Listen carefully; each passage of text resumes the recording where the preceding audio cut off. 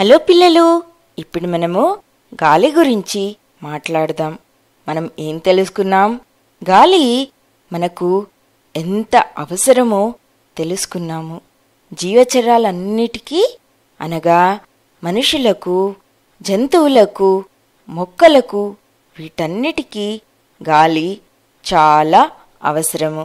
అయితే ఈ గాలి నుండి మనకు వేరే ఉపయోగాలు కూడా ఉన్నాయా? చూద్దామా మరి? మనము గాలిని చూడలేము. ఒకవేళ మనకు కనిపించే ఒక గాలి మనిషి ఉన్నాడనుకోండి, అప్పుడు మనం దాంతో ఏం చేయగలమో చూద్దామా?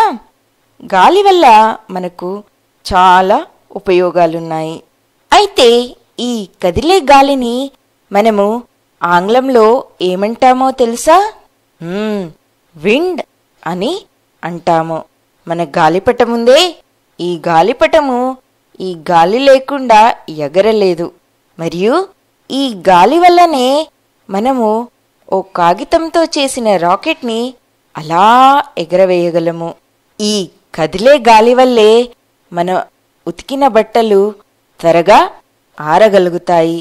కనుక గాలి వల్ల మనకు చాలా ఉపయోగాలున్నాయి. నీళ్లల్లో పడవ కూడా గాలి ఉంటేనే పయనించగలదు.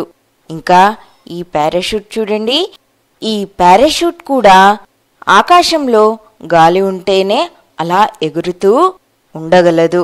ఈ విండ్మిల్ కూడా గాలి ఉంటేనే బాగా పనిచేస్తుంది.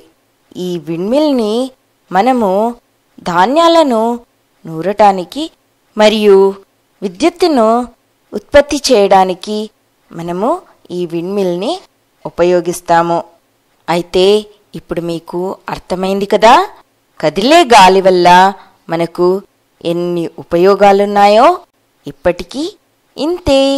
బాయ్ బాయ్ పిల్లలు.